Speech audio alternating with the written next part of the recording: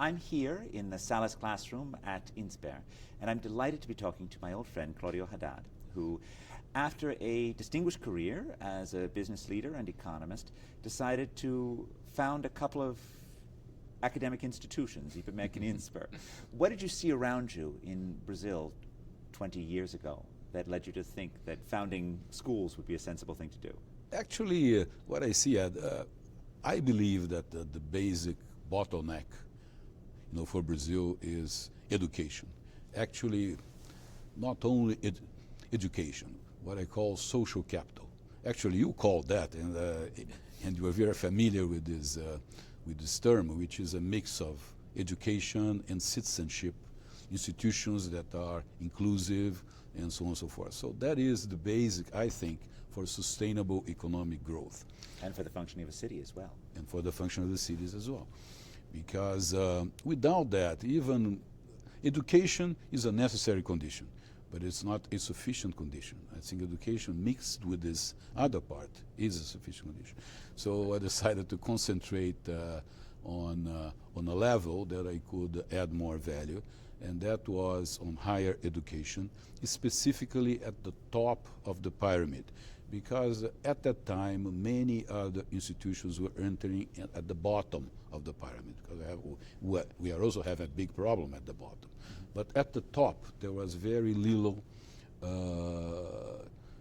would say, competition, and not all institutions, very few institutions wanting to get to that top. Because obviously, since they were mostly for-profit, they were looking for scale, they were looking for demand.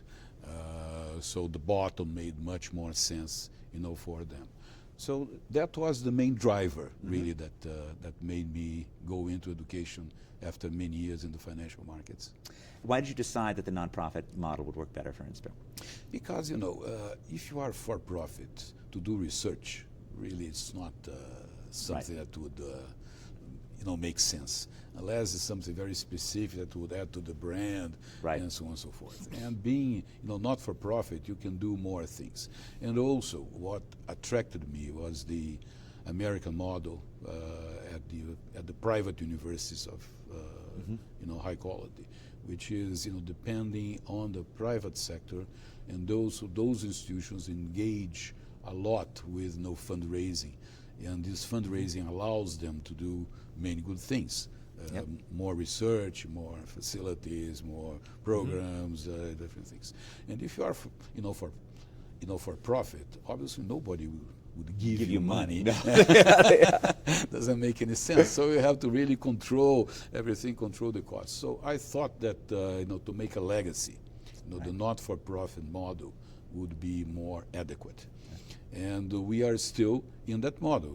We are here in a classroom which was donated by a family that feels that our project was important, and so on. And we are engaged in many things, including one that's very special to us, which is a fellowship program, which is entirely financed by donations. And downstairs there are guys using 3D printers to make stuff and making experimental cars and doing all sorts of really neat things. And that program has been entirely financed by donors